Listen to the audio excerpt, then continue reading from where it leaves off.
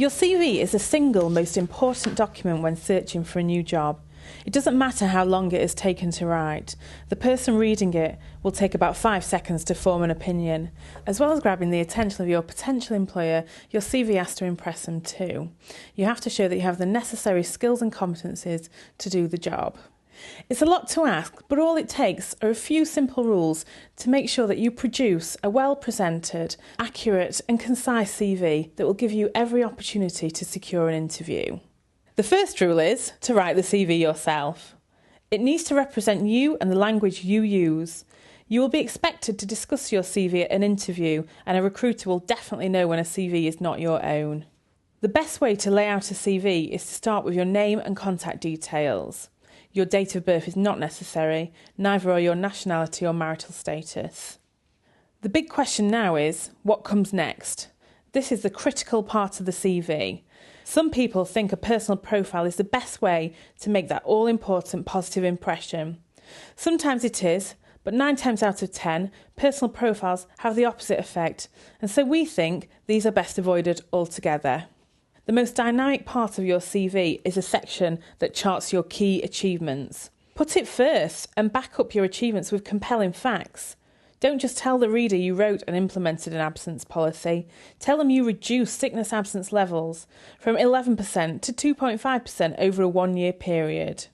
Once you've captured your reader's interest, they'll be wanting to know where you've worked.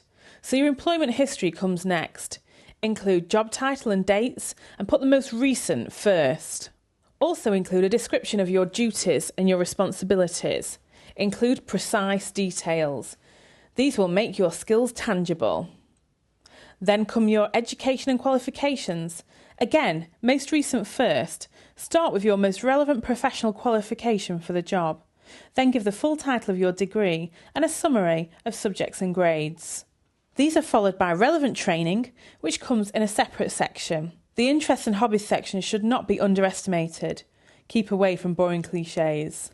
And show hobbies that can demonstrate a range of skills relevant to the job or transferable to a workplace setting. And if possible, pick hobbies that are a little out of the ordinary so you can stand out from the crowd. The final section of CV refers to your referees, and this leads us onto our second rule. Keep it brief. A good CV shouldn't be any longer than 2 to 3 pages. It should be informative but concise. Cut out any fancy and complicated sentences. A good CV will highlight all your skills that are relevant to the job. Dispense with those that are irrelevant, and don't over-describe those that are left. Something else that shouldn't be mentioned at this stage is your current salary. We don't need to mention referees yet either. Your CV needs to be truthful and accurate. For example, declare breaks in service. If a break was due to redundancy, state this clearly. There's nothing wrong with giving yourself credit where credit is due, but never exaggerate. Rule 4. We need to think about the language we use.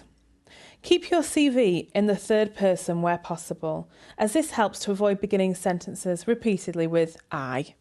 Be aware of using the relevant tense throughout, and always try to use positive words that describe your skills confidently. The Recruitment and Employment Confederation says that about half of all CVs received by recruitment consultants contain spelling or grammatical errors. Spell checking is one way to look for errors, but there are many words that slip through the net. The best type of spell checking is to get a friend or a colleague to read it through. And finally, we need to pay attention to the presentation. Your CV should be easy to read and not cramped. To achieve this, the chosen font should be uniform throughout, although headings can be emphasised with size changes, bold lettering, underlining and italics. Fonts such as Times New Roman or Arial with point 12 give a CV a professional air.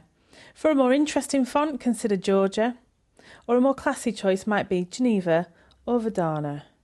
Bullet point styles should not be mixed, and indenting should be consistent throughout. Like the Forth Bridge, a CV is never finished. It should always be kept up to date and, of course, tailored to every individual opportunity that you apply for.